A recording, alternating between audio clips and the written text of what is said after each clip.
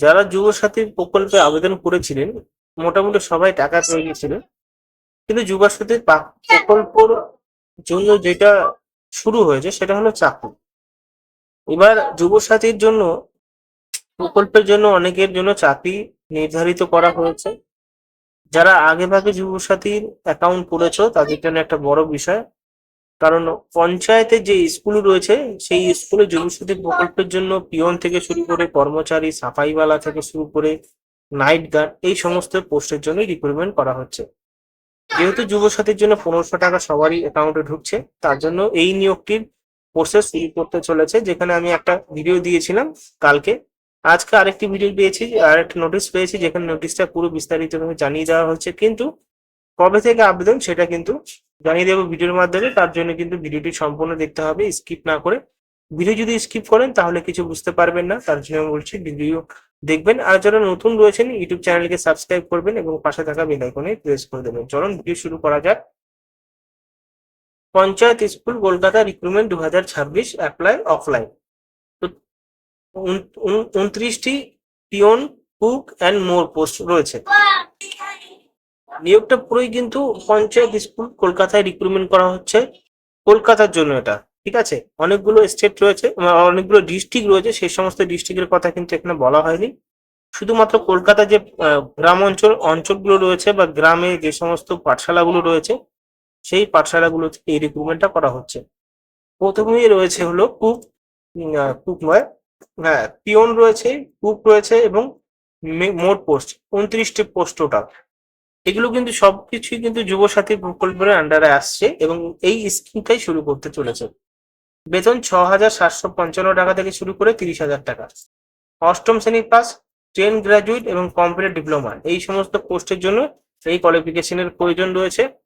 25 থেকে 45 বছরের মধ্যে অ্যাপ্লিকেশন করা যাবে এবং শেষ তারিখ 4/5/2026। অফলাইন কন্ট্যাকচুয়াল বেসিক রিক্রুটমেন্ট করা হবে, মানে অনলাইন প্রসেস নয়। এই সমস্ত চাকরি সবসময় অফলাইনই হয়।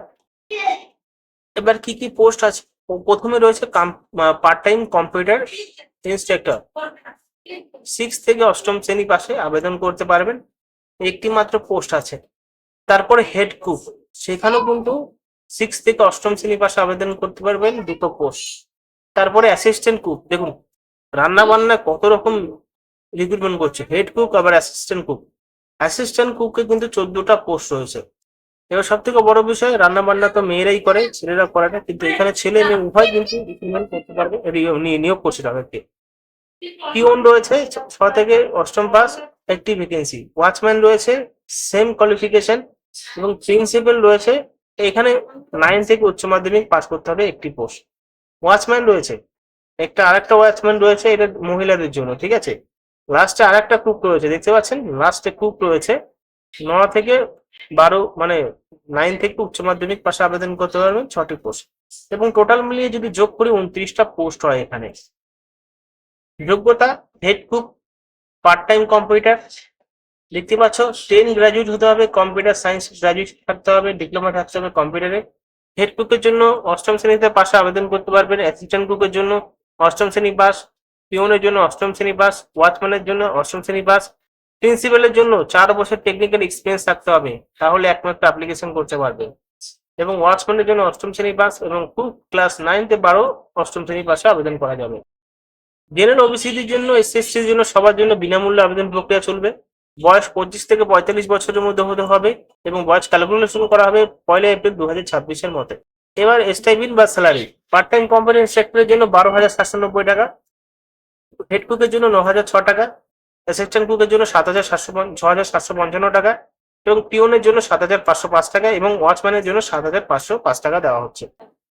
যেহেতু আমরা প্রিন্সিপাল নিয়ে আলোচনা করবো, যে প্রিন্সিপাল 30,000 টাকা এবং ওয়াচম্যান জন্য 7,505 টাকা এবং কুকের জন্য 6,555 টাকা। এই রয়েছে পুরো ফ্যাক্ট এই চাকরি।